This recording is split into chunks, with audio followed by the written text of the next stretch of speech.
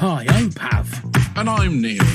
And welcome to the Top 10 of Anything podcast. Let's start the countdown. 10, 9, 8, 7, 6, 5, 4, 3, 2, 1. It's 1987, and on the Tracy Ullman Show, there appears a short cartoon crudely drawn of a yellow family with overbites, something no one had ever seen before. Everything after that is now history. The phenomenon that is The Simpsons was born, and over 30 years later, Homer, Marge, Lisa, Bart and Maggie and the inhabitants of Springfield are still going strong. Here's Neil with 10 Simpsons facts.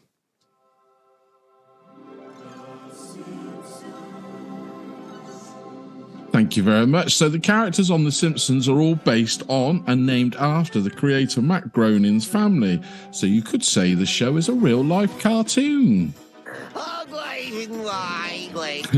The Simpsons' instantly recognisable theme song was composed by Danny Elfman in just 2 days in 1989.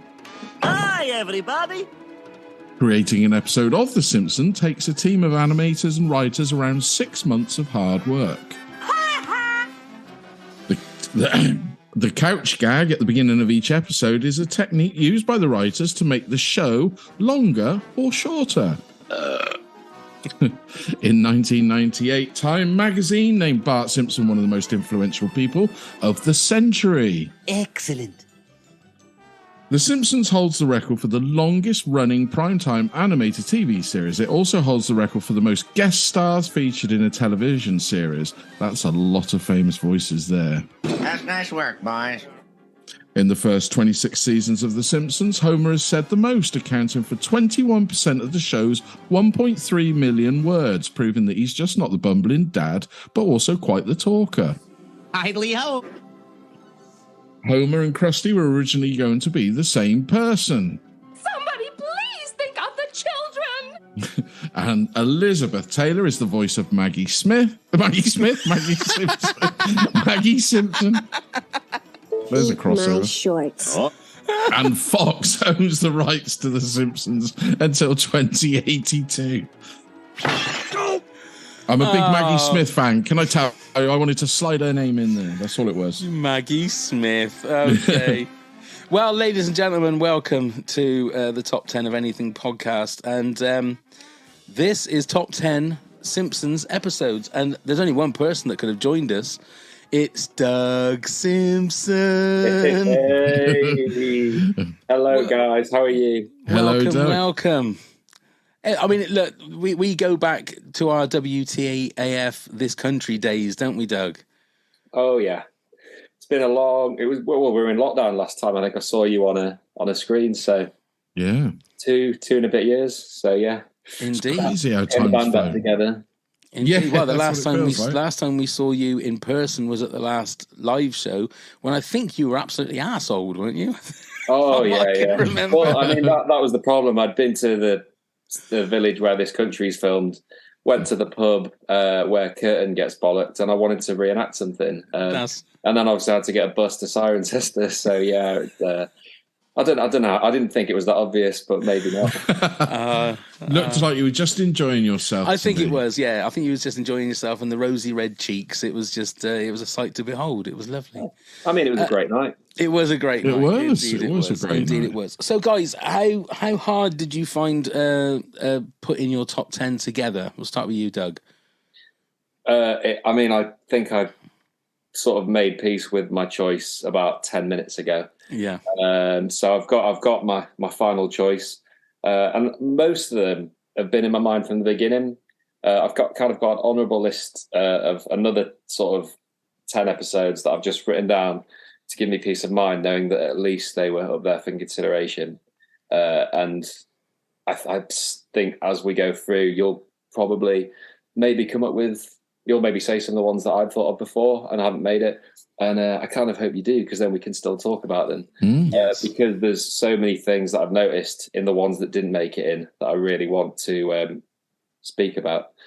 So hopefully we can each other a favour. But yeah, it's been my favourite show ever. I think it's the show that introduced me to comedy, and I think also you're probably the same. Most of these episodes, I've found them funny when they came out, in the 90s, and they're still giving me belly laughs now. And there's not many shows that can do that, Yeah. Totally agree. Neil, what about you? Well, I use the technique of not even Googling, because I'm sure I've missed plenty of Simpsons episodes that I absolutely love. And I thought I'm going to go for the ones that I know that I really like off the top of my head and remember even the titles of. So I attempted to do that and worked out that I had more than 10, like I always do, and then narrowed it down. But it's not easy, is it? With 33 seasons to pick from, there's a lot of comedy and episodes to pick from for just 10. I'm sure we could do another one of this. I really do. Well, this is the first time this is episode 97, and this is the first time where on my list, I've got 12 on my list because I still haven't worked out what is in my top 10. That makes me feel better. Yeah, because it got to the point where I did the same as you, Neil. I knew that there were 5 or 6 that I knew that I definitely liked. And I'm sure that I haven't watched every episode, obviously, because that'd be impossible to do that. But I'm sure there are episodes that you guys are going to mention. I'm going to go, that should have been in my top 10. Yeah, likewise. Because every episode, and we were saying before we met up with you, Doug, on the Zoom, that I've started looking at some of the newer episodes. And as much as, okay, at their peak, it was the greatest show on TV, I think. But obviously, they've gone 33 seasons that are on Disney Plus now for us. Yeah. Even the newer episodes, you guaranteed at least 4 or 5 great laughs in 23, 24 minutes. Now, if a comedy can do that, that's a win. It doesn't matter whether they're irrelevant or whether they're not, or they're characters that have stayed the same age for 33 years or 35 years or whatever it is. A lot of people I was told that we're doing the pod have said that it kind of dips down, but in the last 2 or 3 seasons is back on form as well. Like not quite at its peak, but a really, really high standard. And it's like, how can that be possible? We look at the shows that we talked about, obviously This Country, Gavin and Stacey, Peep Show, most of these series, there's 2 or 3, like the UK Office, Fawlty Towers, there's two, maybe 3 series for most of those. Yeah. And we're on 34 and it still works. The mad thing is that the people that are writing on The Simpsons now probably weren't born when The Simpsons started. Could well so be. They're bringing a whole new sort of aspect to all of that. So it's fascinating. I'm quite looking forward now because this has made me start to watch The Simpsons again. And I'm going to start I'm up to series 2 anyway. So I'm going to start watching all of them again because there's nothing better than watching 25 minutes of The Simpsons, even if it's just it's a great filler as well, isn't it? Oh, if you're so eating your good. tea and you just want something to watch, it's great for that, isn't it? Yeah, yeah. And it's something that, again, that the kids can watch, but you can get some of that comedy that is designed just for the adults. There's just certain bits in it. Yeah, I mean, there's definitely 1 or 2 in my list that were the funniest thing I'd ever seen when I was little, and they were the funniest ever thing I've seen now, because I understood for different reasons, because now I get the adult humour in it.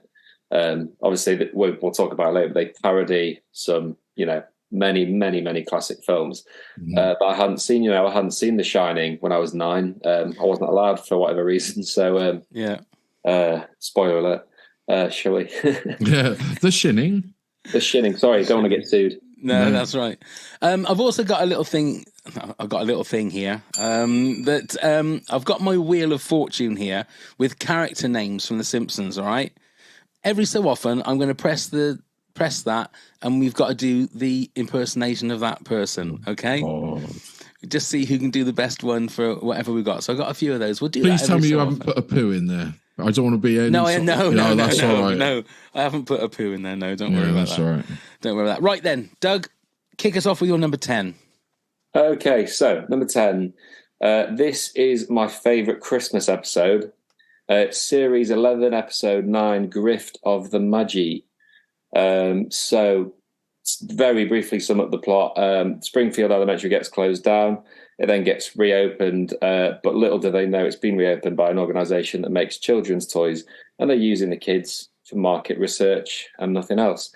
They come up with a toy called Funzo, who turns out to be another toy, killing machine, killing off the competition. I think there's so many good Christmas episodes. The first one is a work of art. The first ever episode. Sorry, yeah. I really like Miracle on Evergreen Terrace, but I think this for me, it's just funnier. It's a really good story. I was going through the plot. I was like, they squeezed so much into it. Like you said, this must be one of the longer ones. Must be like 24 minutes or something. And 30 minutes actually. This one. 30 minutes. Oh, okay, right. Yeah. Oh, there we go. Because there's a hell of a big, long plot there. So it's loads and loads to unpack in it. You got a whole scam going on with Fat Tony building the ramps out of breadsticks. You've got the parents all have a meeting where presume it's Skinner's house, where they're all raising their concerns, and Homer's concern is, of course, where are the refreshments? And then all the plot with Bart and Lisa uncovering the secret about the toy. And I rewatched it now, having watched it the first time 10, 15 years ago. And I find it even funnier because Funzo is basically what Baby Yoda is now. You create that toy, everyone sees it being advertised, and it just blows everyone's minds. I don't think people are actually, breaking into shops to get Baby Yoda. Well, I wouldn't be surprised. Well, not yet, anyway. Not yet. Not yet. No.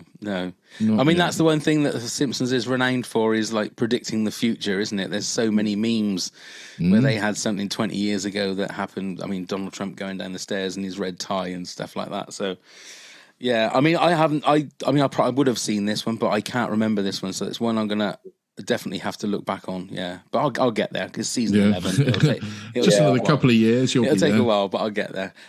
Good one to kick us off with. Go on then, Neil. You're number 10. So mine's quite an old one from Series 5, Episode 15. It's Deep Space Homer, where Homer becomes the astronaut. It's got a load of movie reference, from The Right Stuff to a bit of space to, Space Odyssey and things like that. So, I really like this one, and Homer's the star of it, and I just find it's got real belly laughs. It's got my favourite bit with Homer in the phone, where he's dialing Marge because he's so scared to go there, but he doesn't stop dialing while he's talking to her, and she's always telling him, "Homer, you've dialed the number," and he keeps running away from it. It's got so many moments as well. The escape of the crisps, and he floats around to eat them. That's a classic scene that's used loads. Smashes into the ants. That's it. And then the ant protect the queen. I am the queen. No, you're not. Kent Brockman, and the ant comes straight to the camera, and he's terrified they've been taken over. All praise the ant lords and all that. So it's got loads and loads of great moments. But I always say The Simpsons really kicked off into consistency. I mean, the great first couple of series was series 3. Is when every episode became just pure genius. And this was when they got really on their roll, right up to about 8 or 9, series 8 or 9. Yeah, it's a great episode. There's an amazing bit where it's Homer against Barney, and Barney's, I think he's won the battle of the two of them, but then he gets off his head again on the wine, and the guy's like, well, "This was alcohol-free wine." Like, yeah, that's it. Yeah, that is a good classic one. Barney. Yeah, I love it when Homer's like circling that chip, isn't he? He's going. Yeah, well, that's the 2001 reference, isn't it? So good. Such a good episode. Okay, I'm going to go for number 10. I'm going to go for Oh Brother, Where Art Thou? Series 2, Episode 15. This was the first appearance from Danny DeVito as Homer's. Was he brother or long lost brother? Long lost brother. Yeah. Herb, who's a very successful car manufacturer.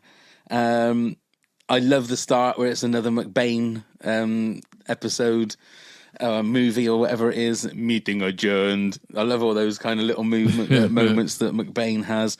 And now I don't know if when you were kids you would find any excuse to be able to swear in front of your parents, but I love the fact Bart says that Homer's a bastard, or that Herb was a bastard, bastard, and just keeps saying that in front of Homer and Marge. And then is Grandpa Simpson's the line that I love more than anything else was, "She would do things your mother would never do, like have sex for money." That was such a great line. And then he gets Homer to design a car that absolutely ruins him. It is a two-parter because I can't remember what season the follow-up bit is where Herb ends up making all the money. I think it's Maggie's. It's where he makes the baby talker, isn't it? machine. Yeah, the baby talking machine. But yeah, so that's my number 10. Okay, Doug, your number 9 then, please. Okay, Series 5, Episode 11, Homer the Vigilante.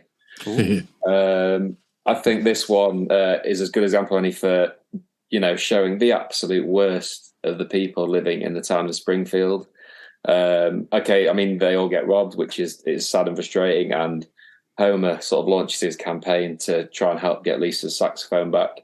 But they just turn out to be bullies. They just go around basically terrorizing the town. He has that amazing interview with Kent Brockman where he basically admits that they are committing crimes themselves. And Kent's just like, touche. And it's another one. It's just full of some of my favourite lines, full of belly laughs. And what also I really like, Malloy, who is the burglar. Spoiler. I'm afraid we're doing spoilers, aren't we? We're going to have to. Yeah, for something that's like 30 odd years old. Don't worry. And Malloy, I think, is voiced by Sam Neill. He is the villain, but he's also he's just taking the piss. He's much, much cleverer than every single character, apart from like maybe Lisa and maybe Marge. And it's just literally like he's playing around with the citizens of Springfield. And even when he eventually gets caught by Grandpa, he then finds it so easy to get away. And it's and I think probably favourite moment in that is when he uses the sausages to distract Santa's little helper. And then again, I think he uses them to distract Homer as well. Just little things like that. Sometimes you'll both have seen it and you'll be 4 or 5 seconds into an episode of The Simpsons and they've already made like 3 jokes. It's like, how do you write that? Yeah, so good. Is that the one where is it the cat burglar? That one, The cat burglar, yeah. And he steals a big diamond while Homer's like, he's meant to be guarding the museum, and then he spots some teenagers drinking without a license, and it's like, teenagers, they don't get a license to drink. They they can't drink. And maybe Homer is giving out licenses, creating his own laws or something, but. It was Sam Neill. Sam Neill, yeah. Considered it to be a high point of his career recording this episode. I could imagine. Yeah, could imagine. Excellent. Yeah, he's not done much else, has he? No, he hasn't. No. Go on then, Neil. You're number 9. So this is Marge versus the Monorail, Series 4, Episode 12. I didn't know whether anyone else would have this, but this is my number 5. Is it? It's got a great musical number in this one. One of the Simpsons on their great masterpiece. Musical numbers. They do them really well. It's just so funny, isn't it? All of it, all the way through. The way that Marge is trying to stop it, and everybody's so swayed because they've sung a song, and away they go. And Homer being the pilot. And in that scene. Where Marge makes the point about, I think it's Main Street, at the start of it, they've got the Silence of the Lambs reference with Mr. Burns in the straight jacket and the mask, isn't it? Yeah. And I mean, I've got in my notes, it's an episode where, they get conned into voting for something that they shouldn't. And I've written metaphor for Brexit. 3 years in the making. The difference was that their vote there was 100%, whereas Brexit was 52 to 48. Indeed, There's a slight anomaly there. Yeah, this was my number 12. Yeah. The mayor says something like, just tell us what it is and we'll vote for it because we're twice as clever as Shelby. Yeah, that's right. Yeah, and then what are we going to do with our $2 million? And then Lisa's there saying, I thought it was $3 million. Oh, yeah, you may be right there. So I've forgotten that bit. Yeah. There's so many good bits. I watched this one today because it was the one that nearly crept into my top 10. Leonard Nimoy as well. Oh, yeah. Well, he appears a few times, doesn't he? It starts with the Flintstones parody. That's right. Yeah. That's so good. It's so good. Yeah, very, very close to making my top 10, but Not quite. Okay, my number 9 is one that probably should be a bit higher, actually, but The Last Exit to Springfield, which is all about the dental plan. It's all about the dental plan for Homer's work getting cancelled. So when Lisa goes to the dentist and they show her the mock-up of this is what your mouth is going to look like in 1 year's time, in 5 years' time, when like her teeth are protruding through the top of her head. And so Homer ends up trying to fight for the dental plan. When Lisa ends up getting like these horrible braces put in, there's a parody of the Joker, like in Batman, the Michael Keaton Batman with the mirror. And she, give me the mirror, and she starts laughing. Then there's she's on some kind of drugs, isn't she? And there's a whole Yellow Submarine Beatles dream sort of sequence, and God help us when the Yellow Submarine crashes into the thing and starts falling down.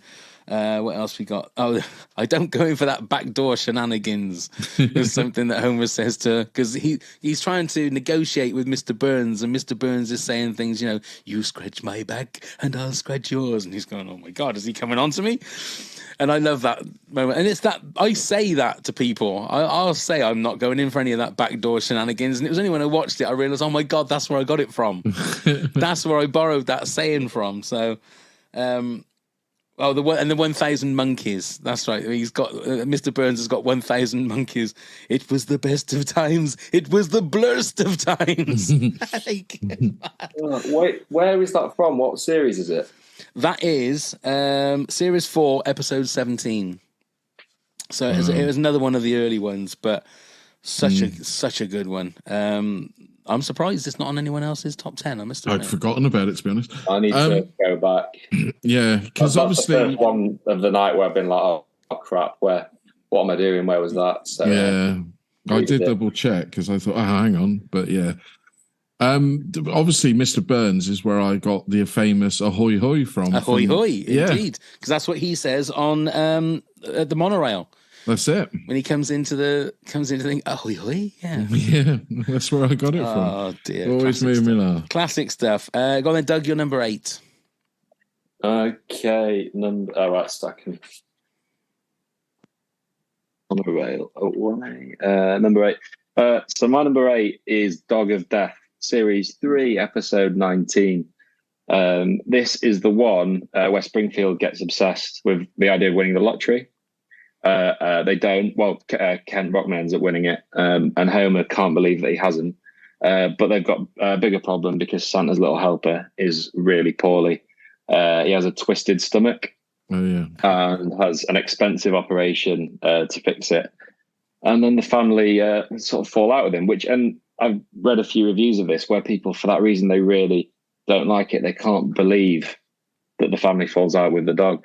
And I think all it is, I've never had a dog in my life. So I think if I had, I'd probably find it really traumatic. But as I never did, all I can do is just watch the episode and just find it really, really funny. I think it's as good a Homer episode as ever. He's imagining what he'll do when he wins. And he imagines himself like 20 feet tall and made of gold. And like walking into Burns' office and saying, like, take a hike, boss. I'm running things now. And the Santa's little helper like goes on a journey, and you've got the Peter and the Wolf soundtrack going on. And it's a really nice story about Bart and his dog as well. I think I've just always managed to overlook the slightly horrible bit when the family are mean to the dog, and I think otherwise it's just genius.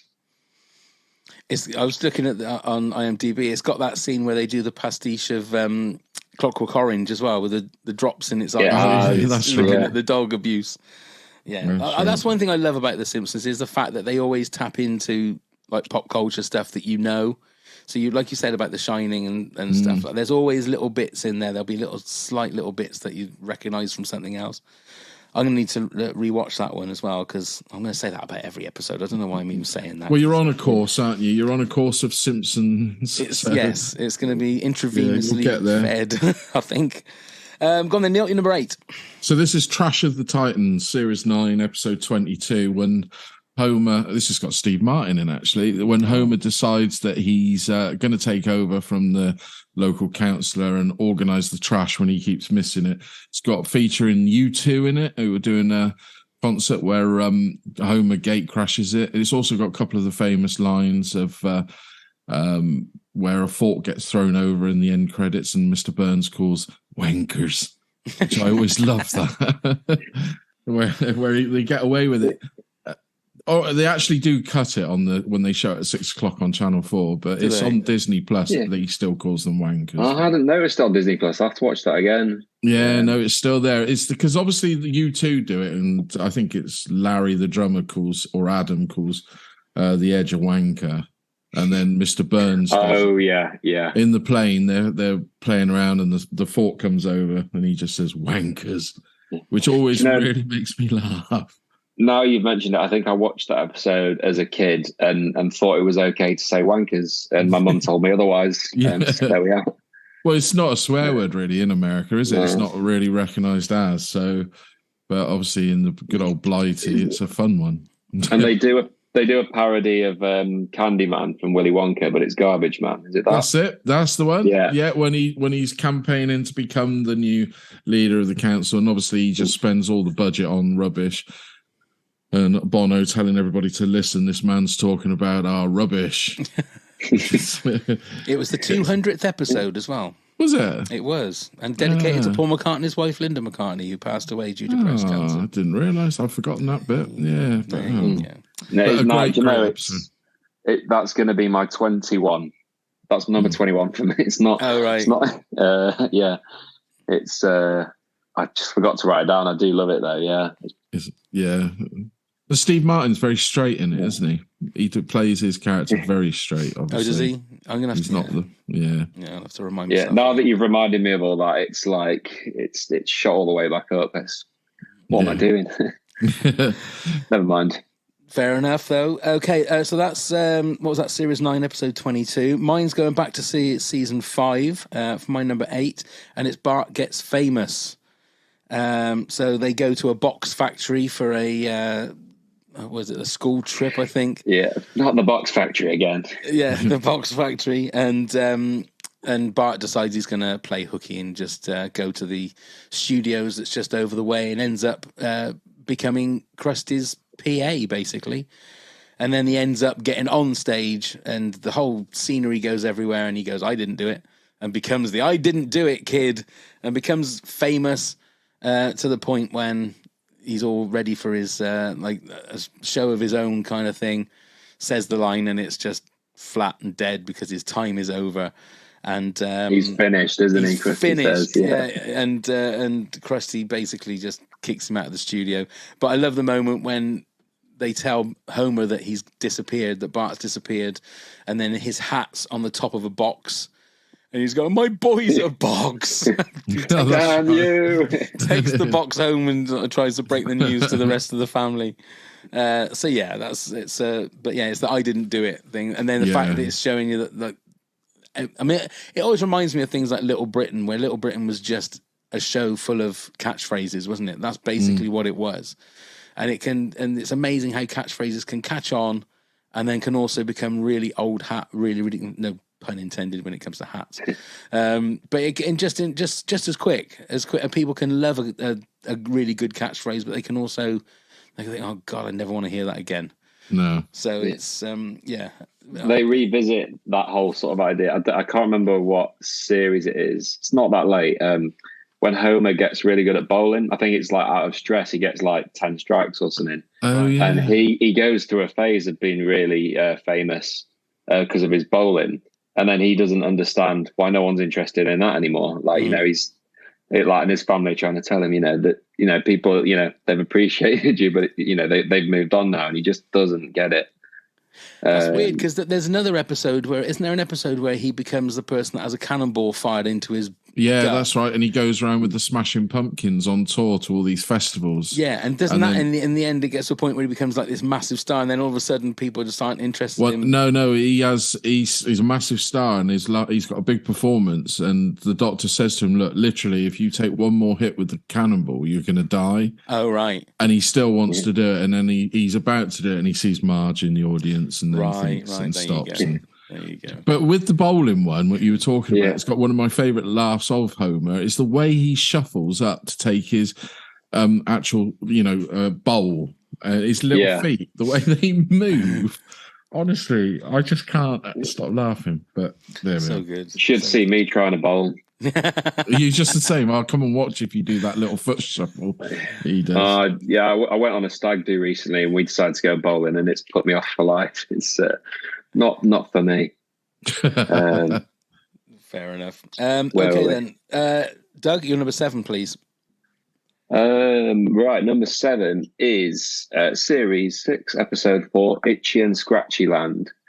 Now this one I feel like could almost have been like a segment of a Treehouse of Horror episode. If you sort of take away, a hell of a lot of it, and just have it as a story where they're at Itchy and Scratchy Land having a bit of a good time, and then the robots go AWOL, or go rogue rather, then you've got a Treehouse of Horror. But I do wonder if that was sort of coined as an idea for that, and then they maybe realise actually there's a whole story here. It's a meme goldmine. It's got he's in the souvenir shop, and there's no sign that says Bart, but there was a Bort, and there's the little boy who's called Bort, and there's another guy around there called Bort. And there's actually a massive Simpsons Facebook group called Bort Posting. So I think it's definitely iconic. And the other great line is when Lisa wheels Bart on a wheelbarrow into the bedroom, and she's like, "Bart's dead serious about going to Itchy and Scratchy Land." Again, it's been memed and parodied so much. And then the parody wise itself, obviously it's a parody of Disneyland. There's a really good Fantasia sketch as they're going in. It's a bit of a nod to Jurassic Park. And there's even a little mention of Hitchcock, The Birds, as well, which is really clever. So loads of that going on. And ultimately, it's the simple idea that Marge just wants a holiday that isn't going to be riddled with embarrassment. And of course, Homer and Bart screw it up as badly as they probably could. It's also a big parody of Westworld, isn't it? The movie Westworld, I think. Oh, yeah. Yeah, I think that's where they went for as well. But yeah, it's a good one with the flash of the photography. That's right. Yeah, because they're like the only family left on the land, because everyone's abandoned them because Bart and Homer have been like attacking them. They've not attacked the robots, have they? They've attacked all the poor guys who are just dressed in the Itchy and Scratchy costumes. Must be absolutely boiling. And because I think it turns out Homer's been arrested for exactly the same thing. We just don't see it happen. I just saw on IMDb, it says, at the time that the episode was produced, new, more stringent censorship laws had been put in place. As a result, the Fox network tried to stop the writers from including Itchy and Scratchy cartoons in episodes. In response, the writers created this episode, which they decided would be as violent as possible. There we go. Fantastic. Yeah. That's what we want. Fair play. The violentest place on earth. Exactly. Go on then, Neil, you're number 7. Mr. Plow. Oh, that's my number 7. Oh, is it? That's my number 7. That's my number 3. It's such a funny episode, this one. Just from Homer getting the wagon to the rescue to the competition with Barney. There's so much to talk about in this one. So many different bits and obviously Homer's little sing-along, Mr. Plow. Yes. Which a friend of mine at work, that was his phone call. When his phone rang, that's what came up. But yeah, I think it's a great episode, this one. It hasn't aged at all. I'd say it's quintessential Simpsons. It's like right up there. And there's I actually had it on DVD. I think it's maybe even the first DVD I ever got, but it was a Christmas compilation, which bothers me because it's not a Christmas episode. It's just got snow in it, like Homer the Heretic's got snow in it, but nothing to do with Christmas. but I mean, it's not obviously Christmassy, but it's genius. And you got the Linda Ronstadt cameo, and she's doing the Spanish version of the Plough King, and it's beautiful. It sounds really, really good. And Barney's just not remotely bothered. He's punching well above his weight. He's just like, no, yeah, you do you. She's got an amazing voice. She's got such a beautiful voice. Obviously, Adam West in it as well. He's like, why doesn't anybody do the bad 2C? And he's going, and Homer just says, don't have eye contact. Just walk away. Just walk away. Back away. Yeah, there's a scene at the school where Homer's like ploughed the school so that they can actually go in, and all the bullies like Nelson and everyone, they pelt Bart with snowballs. And I read that is a parody of The Godfather, when Sonny gets butchered basically at the toll booth. Shot at the toll booth. Yeah, the toll booth. Yeah. So, I must have seen that episode 10, 15 times before making that, because it was when you watch it, like when you're a kid, it's one of those things, it's just funny watching him get pelted. Yeah. And then, like you see another layer to it, and it just just adds another layer. It's genius. Those DVDs, Doug, were they the same as what they did on the VHS, where they put about 4 episodes on one? It was, yeah. Yeah, they did it on the VHS as well. Mr. Plough was on there. It might have been the same thing. But yeah, they kept releasing them, money-making ones, weren't they? But they're always like the top episodes. So it might, I don't know, it might be, you got the Christmas ones and the Treehouse of Horror ones and that. Yeah, I've still got a couple upstairs. I've got the box sets for, I think, something like 2 to 7, 2 to 8. I never bought them. I always found them too expensive to buy from like HMV or something. But I'd always just get lucky, find them in CAX or in a charity shop. And I remember I'd bought whatever the newest one, 7 or 8 is. And then we went into lockdown and the entire thing was on Disney Plus. I was like, for fuck's sake. Yeah, I've worked hard for this. I've got every DVD box set up to 18, and then they stopped making them and started them again on Blu-ray, only to stop it again because they put them on Disney. Yeah. I mean, because they would cost more than 2 or 3 months Disney Plus subscription, wouldn't they? Yeah. Or you can always go and sell them at Music Magpie or something like that for like 20p each, mate. I mean, you get some of your money back, wouldn't you? They're worth keeping. Oh no, it's an ornament, I've decided. Yeah. And also they come so well. I mean, they were really good at the beginning until they decided to put the DVDs in the sleeve.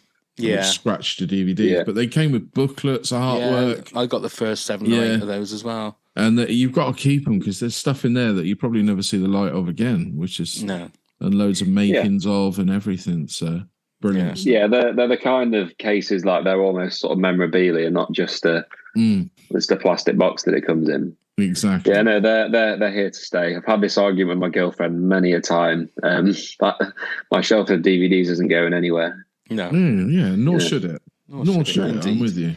So it'll be the new vinyl one day. Yeah, I don't know. Would it though? I noticed people are selling VHS again, and people are buying VHS again. Yeah. I bought a VHS player the other day for $5. I don't mind paying that. I've got the only version of Star Wars, the old ones that I've got that hasn't been remastered, is a cassette. Yeah. I don't know if you can even.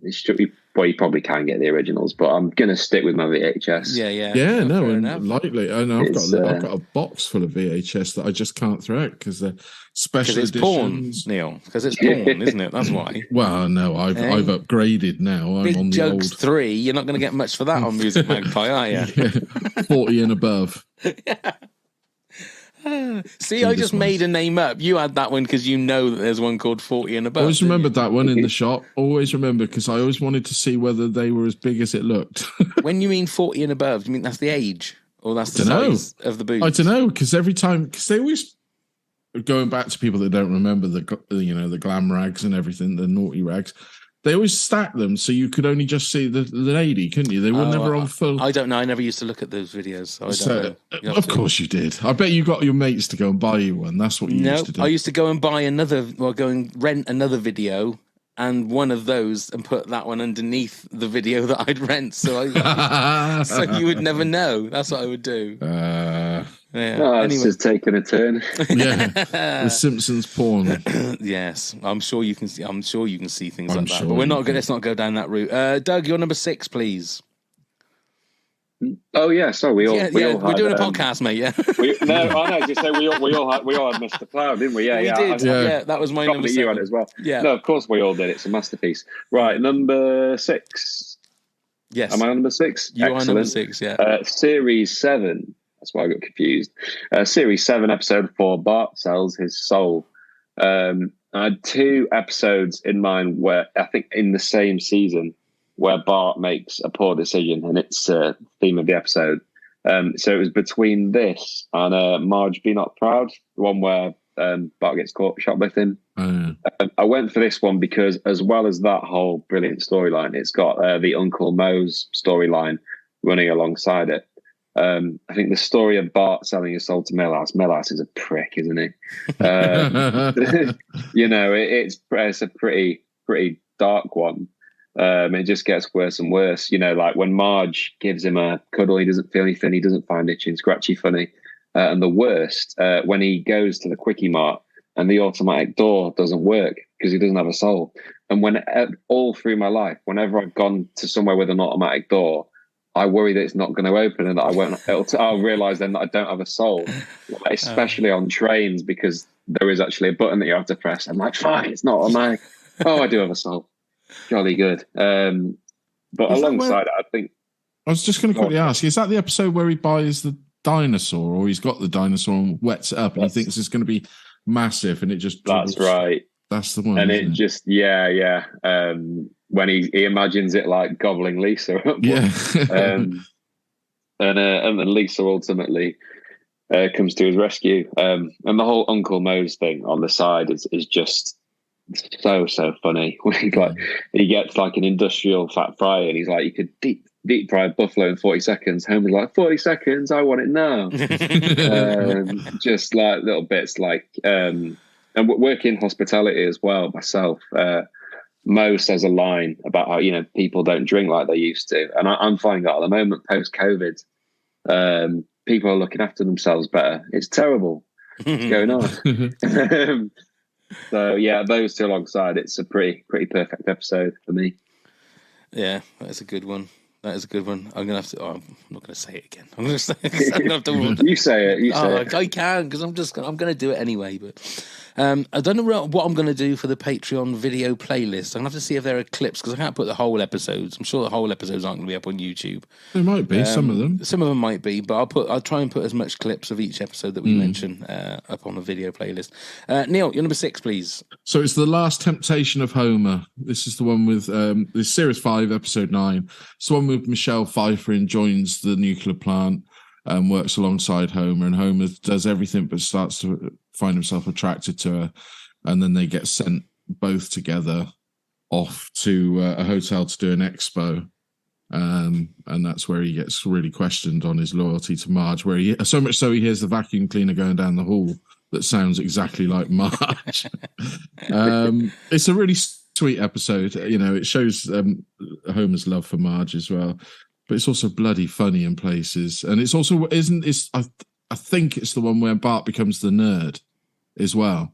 So he has to wear the thick glasses, he gets the spray in the throat, and then has to wear the high platform shoes to correct his walking. And then obviously finds out where the secret nerd room is and everything like that. So you got those two running alongside each other. But yeah, I got mixed up. I get all mixed up with.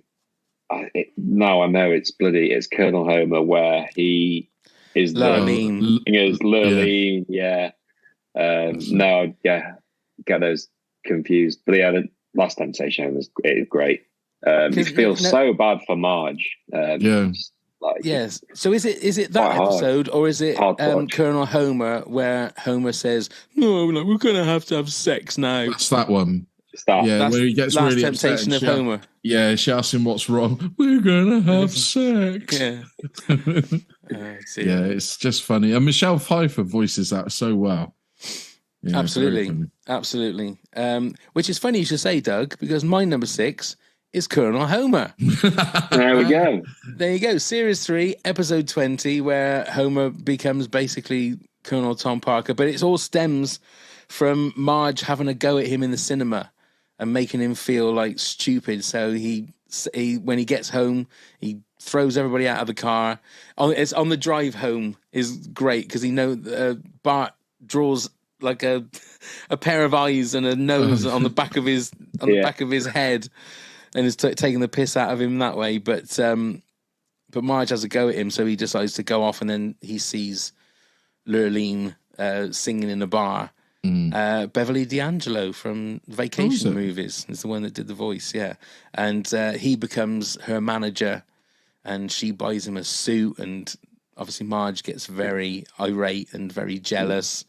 And when they're in this, I think I know what you're going to say. Yeah, they're in the studio, and like the engineer is saying, like, all I can hear this on the track. There's this grinding noise, and it's Marge with her teeth because she's so jealous. But that was the thing because Lurleen falls in love with Homer, but I'm pretty sure that was I thought there was a point where it got to the point that Homer says, "No, we're gonna have to have sex," but that was obviously the last temptation of Homer. But also he meets Lurleen again, doesn't he? She reappears later on again in Monorail. Yeah, Monorail. Yeah, but she spent the night in the ditch, didn't she? So she's obviously not having a good time.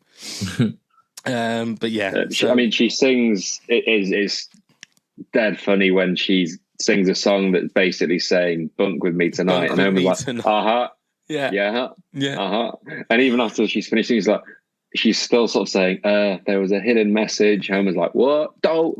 Like, yeah, he goes, that was really hot when he said someone would have to be dead not to get the message of that. Bye. And then goes. Bunk with me tonight. Okay. We haven't done the thing. Right, let's have a quick go at see if we can get any. Right, Doug, you're going to go first. I'm going to spin the wheel. Let's see if we can get anybody. You should better hear it. I can embarrass myself here. Mr. Burns. Mr. Burns. You only got to do that. Okay. Go on then. Excellent. Yay, very good. Well done. Oh, wrong one. I was going to. That's all you needed to do. Do you know, now that I've said it, I've thought of so many more of my favourite lines, but I'll quit one on the head. Yeah. I'll give you a round of applause for that one. Right, ready, Neil? Yeah. Here we go. Who's it going to be? It's going to be hard, isn't it? Marge. Oh, me! That'll do. Very good. Yeah. Bart. Ay, caramba! Nailed it. Although I did think he sounded like a little Mexican. That was a little bit. Okay, we've done that. Now it's time for this. Pop quiz, hot shot. It's quiz time. It's quiz time, everybody. Right. First one to 3, Doug. As you're the guest, you can go first or you can go second. What would you like to do? I'll go first. Why not? You're going to go first. Okay, here we go. What is Marge's maiden name? Bouvier. Correct. Neil. Excellent. Which Prime Minister welcomed the Simpsons to the UK? Oh, wow. Funny you should say that. But Tony Blair. Is correct. Well done. Number 2, for you, Doug. What is Lisa Simpson's IQ? 159. Wow. Very impressive. Very impressive. Neil, you're number 2. What is the Simpsons' pet cat's name? Snowball. Oh. So, Doug, for the win. Doug? I'm ready. Yeah, I'm ready. Can you hear me? Well, no, you need to answer this one. What is the name of the Simpsons' pet cat? Oh, right. I thought you were going to give me a different question. No, you got to see if you can. Oh, right. Okay. It's Snowball 2. Win for Doug. He's on fire. The man is on. Lisa's IQ, I watched that quite recently. Oh, did you? I was going to say that is impressive. That is jammy as fuck. If you'd asked me a question of that level from another episode, I'd have just panicked. That was very impressive. So just go through the last couple. What colour is the Simpsons' iconic sofa? Either of you? Well, don't ask me. Oh yeah, Neil, you're colourblind, don't you? So I forgot. That'd have been a good question, wouldn't it? It's, I guess it's just, is it brown or maroon? It's orange. Oh, orange. Orange. Yeah, you see. Apparently so. I've looked at it 100 times recently, but it's unobservant. What is Marge's pet name for Homer? Homie. Neil, you got this. Homie is Homie. Homie. Who is Robert Underdunk Terwilliger, better known as? Sideshow Bob. It is. Oh, yeah, of course. And how many times has Krusty the Clown been married? Oh, no idea. 3. Don't have a guess, Doug? 4. 15. He's been married 15. 15 times. Where do we find that? It was on the internet, so it has to be true. Okay. Yeah. He probably has, if you think about all the children he has had and everything like that. So exactly. Right, before we crack on, let's do one more of these. Oh, dear. Oh, dear. Oh, that's M.R. Burns. That's no good. M.R. Burns, that's no good, because you already had an M.R. Burns. Oh, I mean, I had another one. Oh, here we go. It's the big one. Oh. Krusty the Clown. Go on then, Doug. Oh, God. Oh, fucking hell. I don't remember him saying that. No.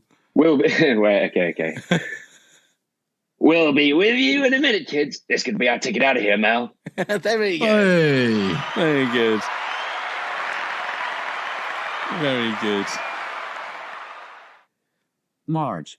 You had Marge last time. I did. Oh, Christ's sake. What's going on? Oh. M.R. Burns. M.R. Burns. Come on then, Neil. M.R. Burns. Release the hounds. Who have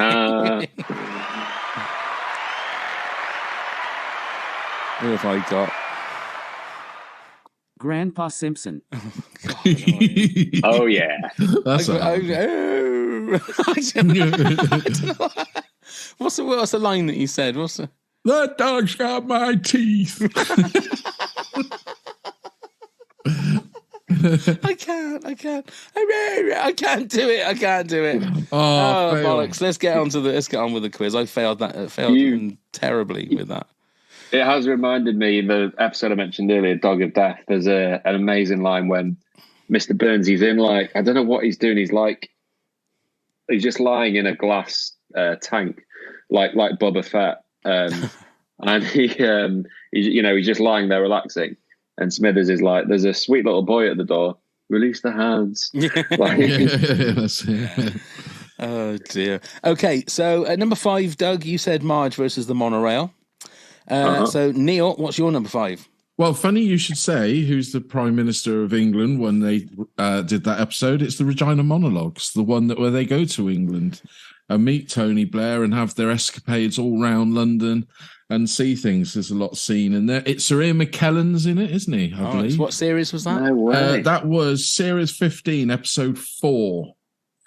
But it also contains the lines, something along the line is, I've watched Giggs dribble round somebody else when he's watching the football, and makes it quite sexual. Oh, right, okay. Yeah, which is worth finding out. I can't remember the exact line. I don't want to do it the disservice that I would, but it's great for us seeing the Simpsons, Simpsonify London and other bits. It's a funny episode. If people haven't watched it, I really enjoy it, and there's loads of laugh out loud moments. So it was actually Tony Blair that did the voice. It's actually Tony Blair that did the voice. Oh, my goodness me! I think as far as like celebrity cameos in The Simpsons, like getting the animation of the character right, I think the Tony Blair is got to be one of the best. It's accurate enough because he's obviously got quite a distinctive facial features, and it's just he looks really funny as well. He does. I did one of my pub quizzes that was the picture around like celebrity cameos in The Simpsons, and some of them you just like that. I think like the Kim Basinger one, you're like, okay, that could be anyone, really. Yeah, you're right. Whereas that can only be Tony Blair. That one. Yeah, and J.K. Rowling is also. Oh yeah, of course she is. Yeah, she appeared in that. Yeah. I need to watch that one then because I haven't seen. I can't ever remember seeing that one with Tony Blair in it. But there you go. It made the news over here quite majorly, yeah, because it was the first time any sort of politician had done something of that ilk. Right. And I don't think they have since, maybe. But I mean, they visited Britain more recently with Olivia Colman. Was that last season or 2 seasons ago? Oh yeah, It was while she was in The Crown. It's got a big sort of Brexit reference. Groundskeeper Willie's kind of the star of the show, or being one of the few like British characters. And then to me, I was like, this is mental because that's just Sophie from Peep Show. That's not right. She can't be in The Simpsons. Or it's the woman from Hot Fuzz, the police officer. But yeah, I mean, she's huge now, isn't she? Absolutely. And now being seen in Secret Invasion, eh? That's right. She is, yeah. Yeah. She's everywhere. My number 5, one of the classic episodes, but it's a 2-parter. Who Shot Mr. Burns? I can remember watching that. I mean, it was at the height. It definitely parodied all those things like Who Shot JR and things like that. And I only watched it again yesterday, and so good how it holds up. And it holds up as a whodunit. It was so cleverly done. Can I check? Are you just doing part 1 and 2 together? I am doing part 1 and 2 together. Okay. Well, so my number 4 is I'd chosen Who Shot Mr. Burns part 1. I mean, I love them both, so I'm just going to add them together, so we can say that's my number 4. Okay. I was going to say you can't have one without the other. No, I was going to. They're obviously the end of one season and the start of the next season, but watching them together, it's great because it's very, very clever. I mean, Mr. Burns is his most evil. Yeah, and doesn't care about it so much so that candy. Yes, it's like taking candy from a baby. Yes, they are. They're sublime. I mean, I've put in my notes. You know, they're equal terms. It was more like if I had to choose one of them. Cheers, mate. Thank you. If I had to choose one of them, then it's part 1 because it sets everything up. But like you're both right, together, it's probably as big as The Simpsons had got so far, at the time. Yeah. Everyone was talking about it. Is there celebrity cameos in that one? Because I can't seem to remember. I mean, obviously, they go back to it, don't they? In one of the highlights, or they talk about it, and Lisa says about Maggie shooting Mr. Burns. Spoiler. Yeah. And Homer goes, I thought Smithers did it or something. Yeah. And no. Lisa goes. The 138th episode spectacular showed like a different ending. That's where right. It was Smithers that shot him. And Lisa goes, well, that would have made more sense. Yes, that's right. Yeah. Well, they wanted Barney to do it, or some of the producers did, because they were going to send him away and bring him back in future episodes, future series. Sorry, that was also coined as an idea. I'm so glad they did it the way they did. And I was thinking maybe there's not a celebrity cameo just because it's part of the joke is it's everyone in Springfield, the characters that we all know, everyone's a suspect, like Marge says. So you probably don't necessarily need one. I've got written down my favorite bit, but I've lost it. Oh yeah, no, it's when he, it's quite early in the first part, when he visits Springfield School disguised as a student.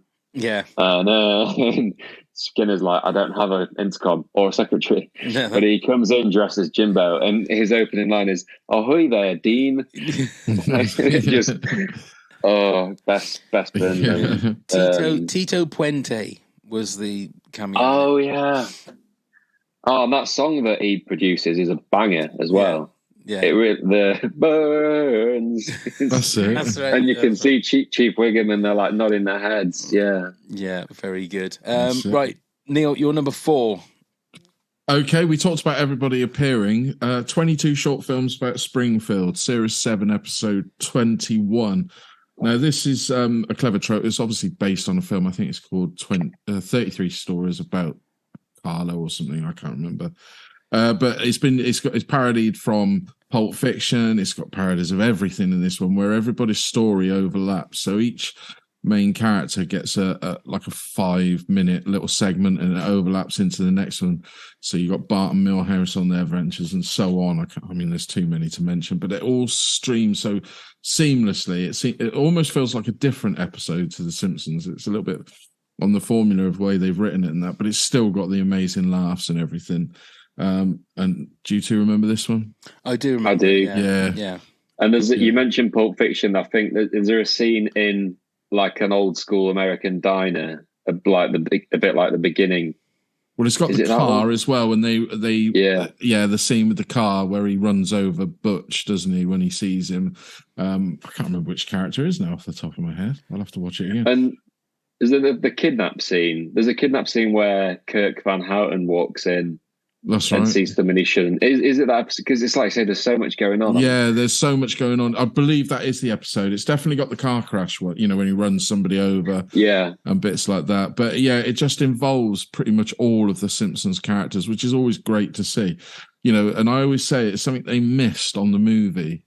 The movie's funny and it makes me laugh and it's got some good moments in, but it completely missed all the other characters out, which I miss them in the film. And so this is sort of like a highlight for me. I know it came out before the film, did it? I think so. But yeah, it would have done. Yeah, I mean, isn't the film? Have you might no? Is it post series Tenet? I can't honestly remember, Doug. Yeah, I can't remember. It's about 2007, 2008. The movie came out. I'm pretty sure.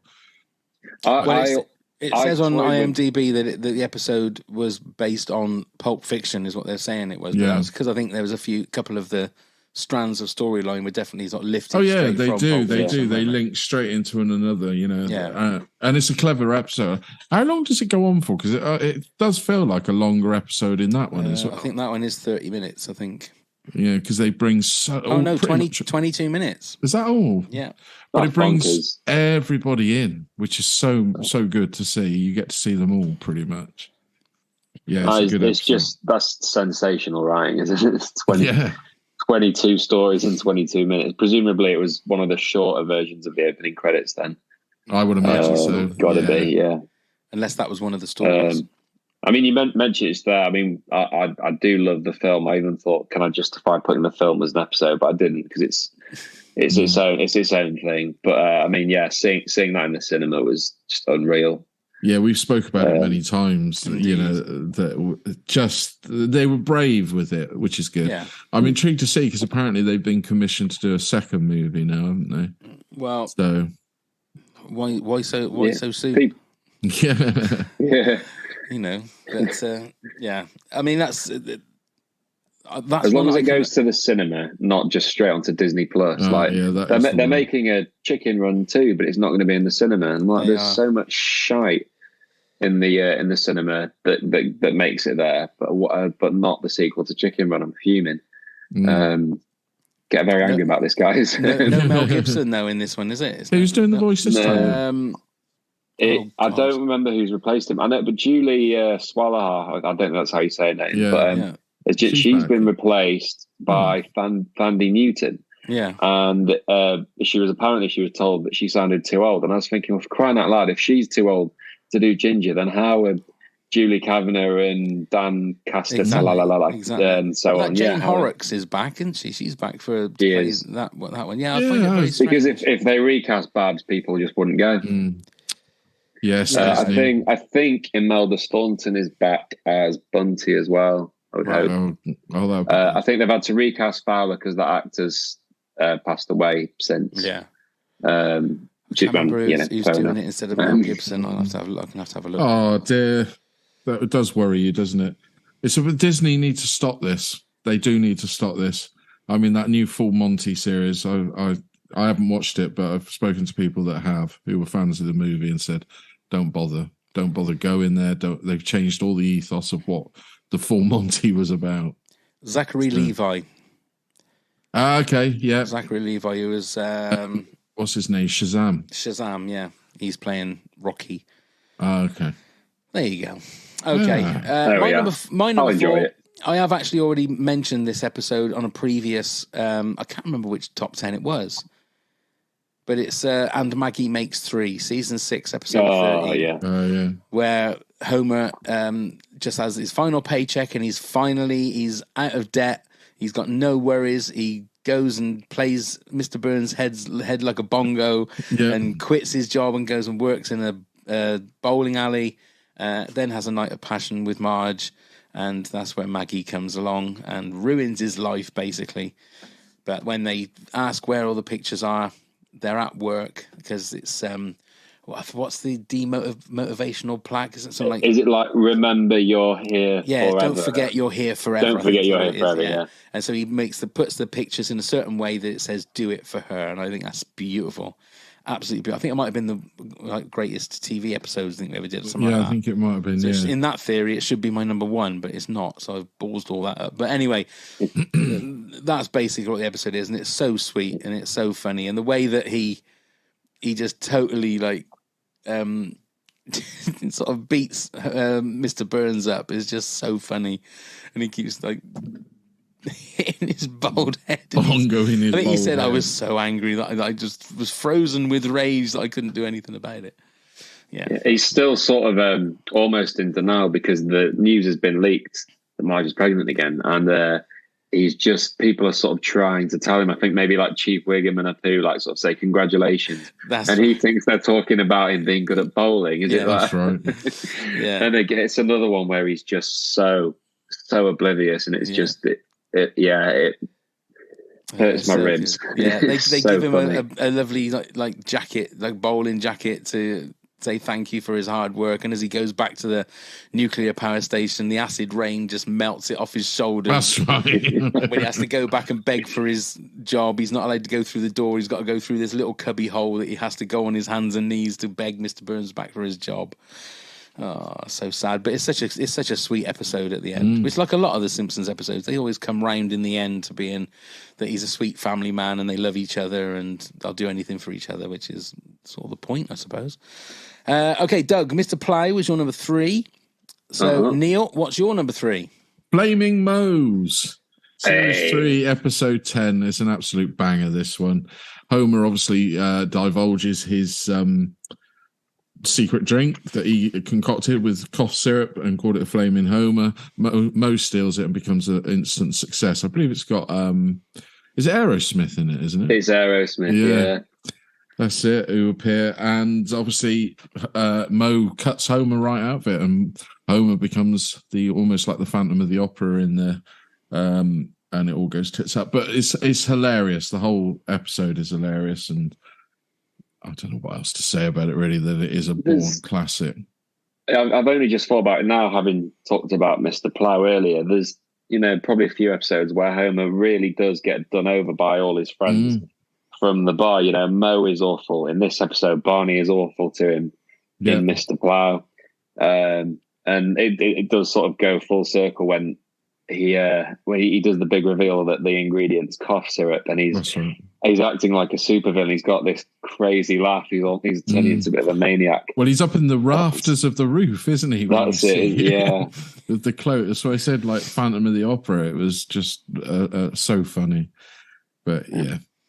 I really liked as well how Bart, it's like a show and tell at school, and Bart's hero is Homer, and he tells everyone, and everyone's sort of taking the piss out of him, saying, "What? It's not a flaming Homer, it's a flaming Moe." And I just love how naive Bart is, because he would have known by then that the idea had been nicked, and he was adamant that he was just going to go in and tell everyone about his own dad. I remember thinking that was really nice. Yeah, felt like even the teacher's not on his side. Well, she's a bit of a bitch, isn't she? She doesn't like Bart. No. Oh, bless. Okay, so that was your number 3, Neil. That was. Yes, my number 3, Series 2, Episode 2, Simpson and Delilah.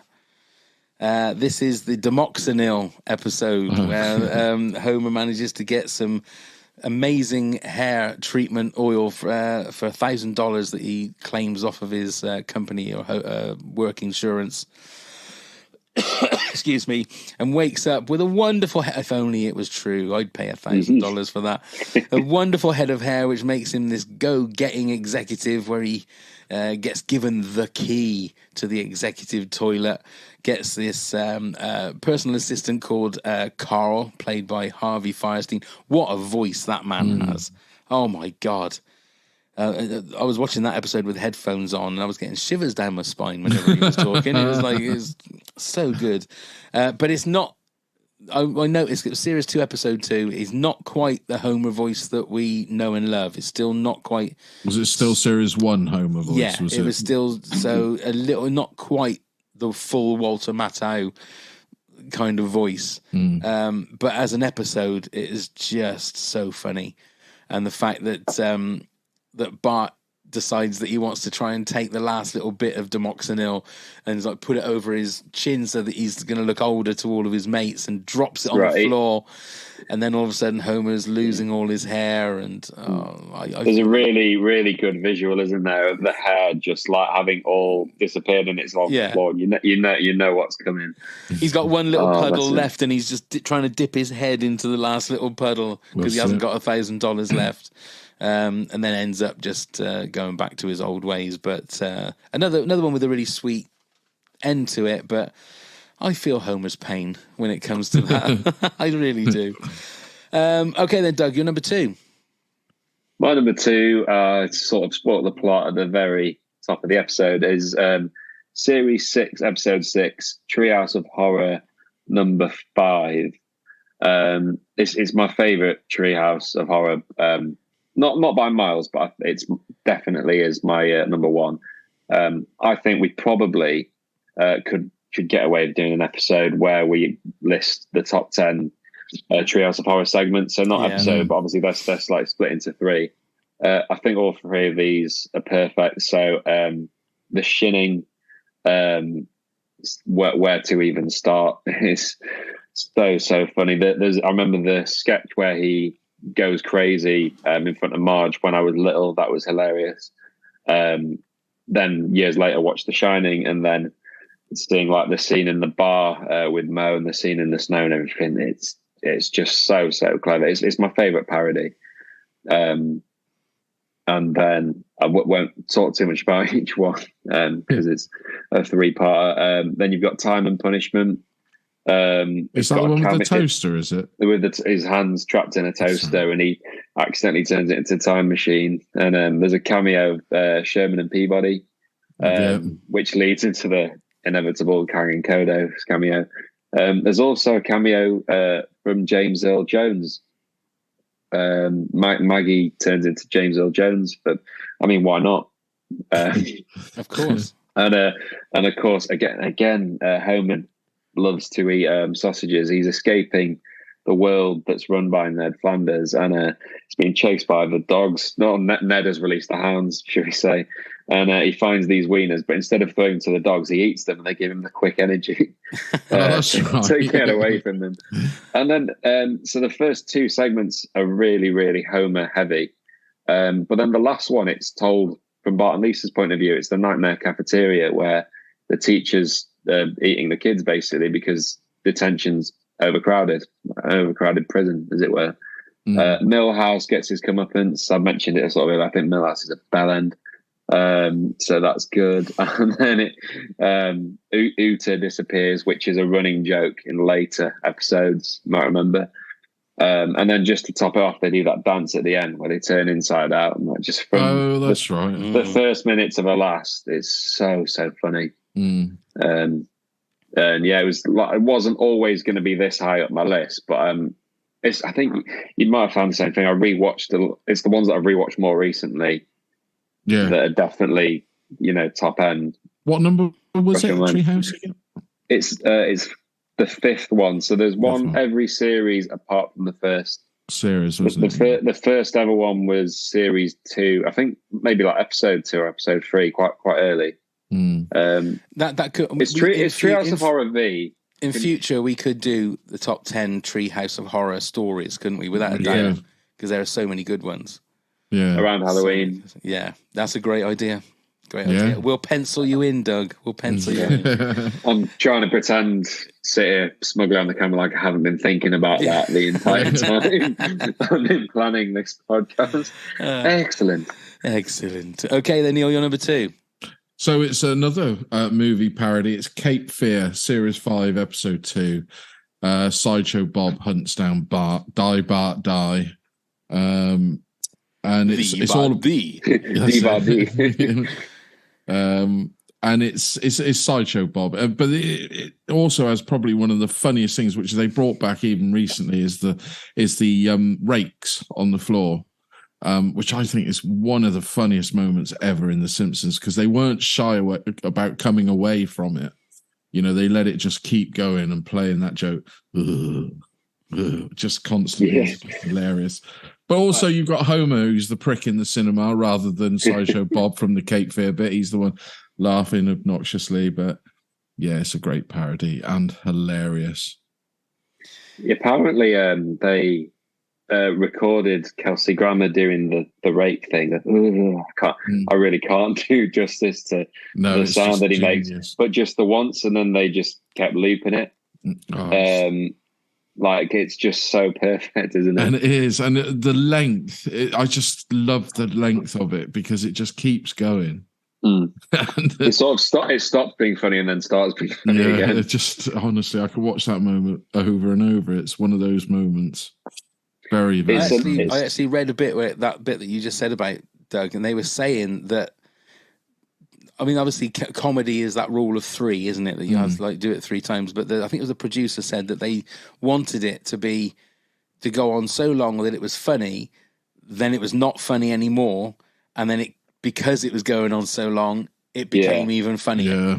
It just gets ridiculous, because you almost get sick of it, and then actually you're like, no, this is it's genius. Exactly. It is absolute genius. Absolute genius. I don't know what I'm trying to do here. My iPad has decided to fuck about. Oh, no. Okay, my number 2. That was what I was going to do. Hang on. There you go. There you go. There we are. We'll sit here for 10 minutes while you do it. I'm kind of sad that I didn't get that in the impressions challenge. Is that? Yeah, I know. Yeah, to be fair, I thought about it, and I should have put that as one of the stings for the 10 facts. Okay, my number 2 is King Size Homer from Series 7, Episode 7. If not just for the moo moo, that's one thing. Again, I can sort of feel his pain in regards to how easy it is. The one thing is, though, I mean, I looked at it and I thought he had to get to 300 pounds, didn't he? And then it was that moment when he was just struggling.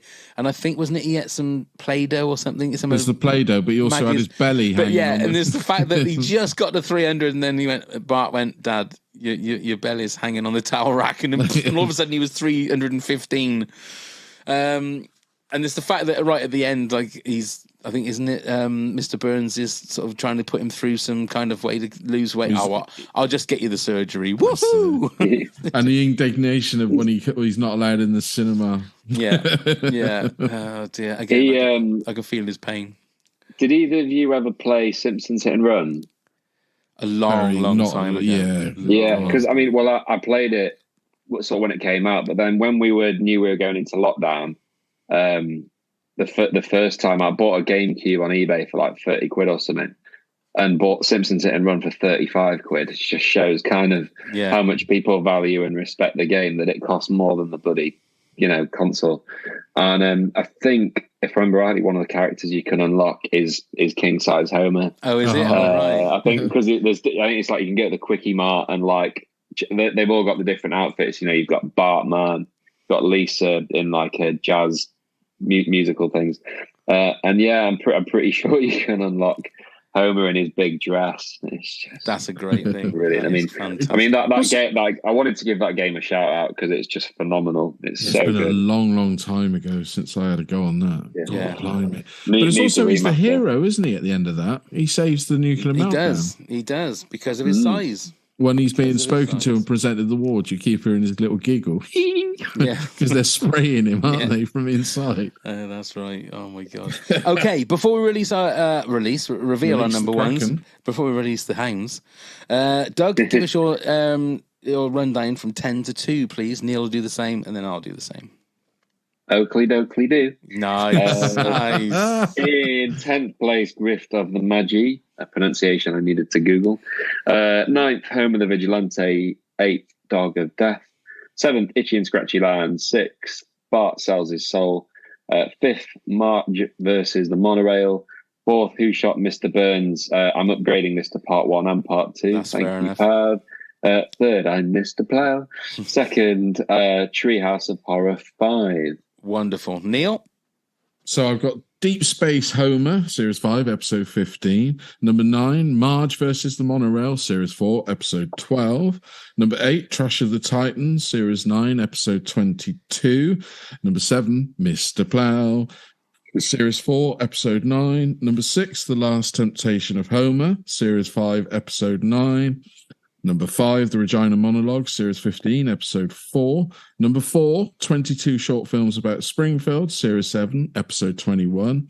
Number 3, Flaming Moe's, Series 3, Episode 10. And number 2, Cape Fear, Series 5, Episode 2. Thank you. And mine is number 10, Oh Brother, Where Art Thou? 9, Last Exit to Springfield. 8, Bart Gets Famous. 7, Name Again is Mr. Plow. The name again is Mr. Plow. Mr. Plow. Number 7. Number 6, Colonel Homer. 5, Who Shot Mr. Burns, Parts 1 and 2. 4, And Maggie Makes 3. 3, Simpson and Delilah. And 2, King Size Homer. So, Doug, what is your number 1 Simpsons episode? Well, I had to keep my mouth shut just now. It is Cape Fear. That is my number 1. That's and I really thought we were going to have a full house, and then Neil had to ruin it with number 2. No, that's my number 1 as well. Yeah. But I mean, not to worry, because I mean, there's so much to say, isn't there? There's loads in that episode. I mean, I've got. I mean, the bit that makes me laugh the most, maybe even more than the rake sketch, is when they're changing the identity, and he's like, "From now on, your name will be Homer Thompson." Hello, Mr. Thompson. Like, That's just right. that again. I keep saying about oblivious Homer. Like, it just makes me like absolutely die. It's so funny. Yeah. To the extent he's like, when I say hello, Mr. Thompson, and stamp on your foot, you nod. Like, I think he's speaking to you. Exactly.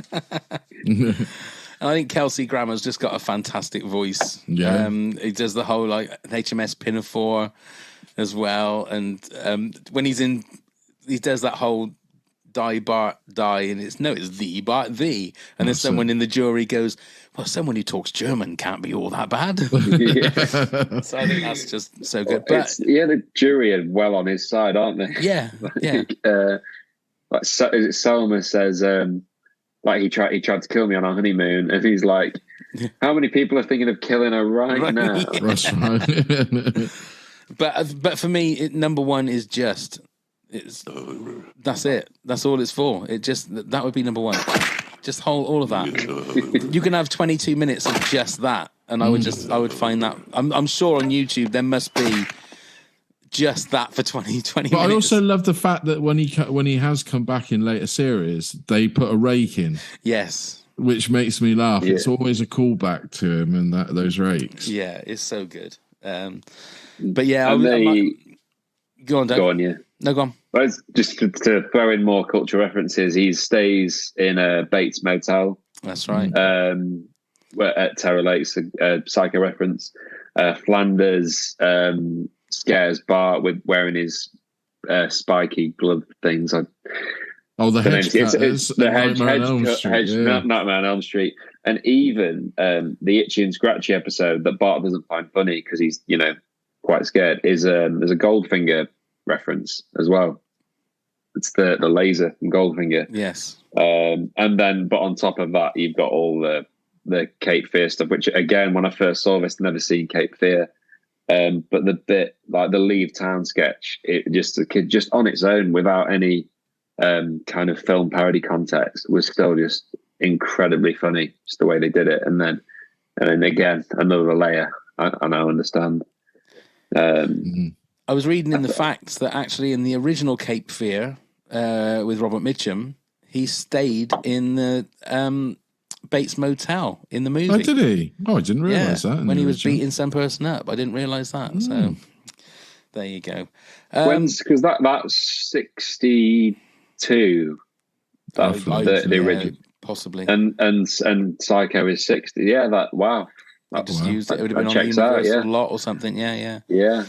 Go on then, Neil. Put us out of misery. What's your number 1? The Springfield Files. I love this episode. This is one that I've watched more than any other. Obviously, a parody of the X-Files, and it's just Homer coming home late one night, and he gets spooked out. This is season 8, episode 10. Homer coming late home from the pub or bar, drunk, and he sees a glowing alien. No one believes him. Obviously, Mulder and Scully turn up. And Marge thinks they've come to get her for stealing the pens from the shop. It's got everything in. Leonard Nimoy leading the sing-song where they all go to see him, and obviously it turns out to be Mr. Burns, but it's all through it. It's the bit when they're testing Homer. So first of all, they make him run, and he's still running, and he says, hasn't he run enough? And she says, no, it's hypnotic, like watching a lava lamp. You've got the bit where he gets drunk, where he's recreating where he was the night, and he's sat with Mulder and Scully. He's getting more and more drunk, and then he sort of flirts with Scully, and then he gets really upset because he says he's married, and then all of a sudden just goes, "Ooh, Penny," and falls off all those little lovely Homerisms. And it just ends with the great sing song where they're all singing the song from Hair, Age of Aquarius and all of that, and then he like runs through a wheat field. That's it. Like Theresa May, and he runs through the wheat field, and it spells. Is it like "yar" or no? Like, it's "dough." Is it "dough"? Yeah, and he's got the exclamation mark, which he actually jumps to do the exclamation mark. Yeah, and that's where the line where Grandpa makes him jump when he's walking home, and all these spooky things are happening. But obviously, you first get the bus go past with the orchestra doing the scary music. Grandpa comes out lost and then says, "That dog stole my teeth," and it was a turtle running away with his teeth in. All of those, and it's just full of them, absolutely full of them. But it's opened by Leonard Nimoy and closed. He's like the narrator, isn't he? The Springfield Files. That bus you just mentioned, they're playing the Psycho song. That's right. Of course they are. The Psycho theme, yeah. Genius. Yeah, and that's my most watched episode, that one. I just love it to pieces. Great. Okay, we've got some honourable mentions here. Kirsten Prynne, our guest from last week. Hello, Kirsten. Simpsons Treehouse of Horror 5, where Homer turns the toaster into a time machine. The teachers are eating the students in school, and there is a parody of The Shining, of course. Rick Tyndall says so many. Flaming Moe's, Homer at the Bat, Homer's Barbershop Quartet, Bart After Dark, A Millhouse Divided, Simpson Califragilistic XP, Annoying Grunt Josius, or whatever it is, The Springfield Files, and The City of New York versus Homer Simpson, and so many more. At Garth German, or Garth German, I'm not sure which one it is, The Itchy and Scratchy and Poochie Show.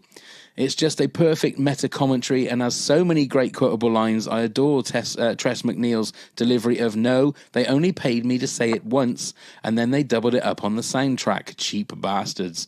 And possibly my most used Simpsons quote, "That's why you're still kids, 'cause you're stupid." It's astounding that episode, a reaction to claims that The Simpsons was old news, was in season 8, 26 years ago, and the show just keeps refreshing and renewing itself, especially with more out-of-the-box episodes the past few years. Bravo, Team Simpsons. At Zippy Arkle said Mr. Plow. At Andy McCurn 1 said A Star is Burns. Sure, that's the name. Football in the groin. Remember that one. At Red Leader 2022, Last Exit to Springfield. At Music Kid 269 said Who Shot Mr. Burns Part 1 and 2. At Graham Edgler, it's changed over the years, but I'm going to say Last Exit to Springfield. And finally, we have a top 10 here from the one and only Mike Price, who is an ex-writer and executive producer on The Simpsons. So, hello, Mike. He's given us number 10, E Pluribus Wiggum, which is my favourite of the ones I've written, says Mike. Number 9, A Serious Flanders, both parts. I've watched that one yesterday, and it is really good. It's from like season 30 maybe, or 31. Very, very good. Number 8, Who Shot Mr. Burns, both parts. Number 7, Lisa the Boy Scout, this past season. 6, Marge versus the Monorail. 5, E-I-E-I Annoyed Grunt, the one with Tomako. Number 4, The Seemingly Never-Ending Story. 3, The 90s Show. 2, The Cartridge Family. And number 1, The Itchy and Scratchy and Poochie Show. So there you go. Thank you very much, Mike, someone who's working on The Simpsons and has done for years. So thank you very much, Mike. He's going to come on the podcast in a couple of weeks' time. So thank you very much for that. That's it. We've done it. Doug, we've done it. Smashed it. I can't... You had me, and you could have had a guy who's actually people. This guy is actually written on The Simpsons. Years. Yeah, thank you. I feel honoured. Executive producer. He's written episodes. But no, Doug. We wanted. I mean, but his name is Mike Price. It's not Doug Simpson, is it? I mean, exactly. You are some long lost half brother, sister, or whatever of one of the members. So that's you can do a podcast with him about. Do a podcast with him about. Vincent Price films or something. We're going to do Monty Python things with brilliant. Price, so. Spoiler alert. Spoiler alert. But yes, no. I thought it was going to be The Price is Right. The best episodes we could have done that. So Doug, thank you so much for joining us. It's been like old times. It has. Thanks so much for having me, guys. Been a blast. I've spent the last 2 months just watching The Simpsons. I need to catch up on The Last of Us and so much. But thank you guys. It's so nice to be back. I assume you'll come and join us again. Love to, yeah. Well, yeah. I mean, if we can do a spooky episode in the autumn on The Simpsons, if you're happy to do that, we can do that. Something like that, or we can find something completely different. Yeah.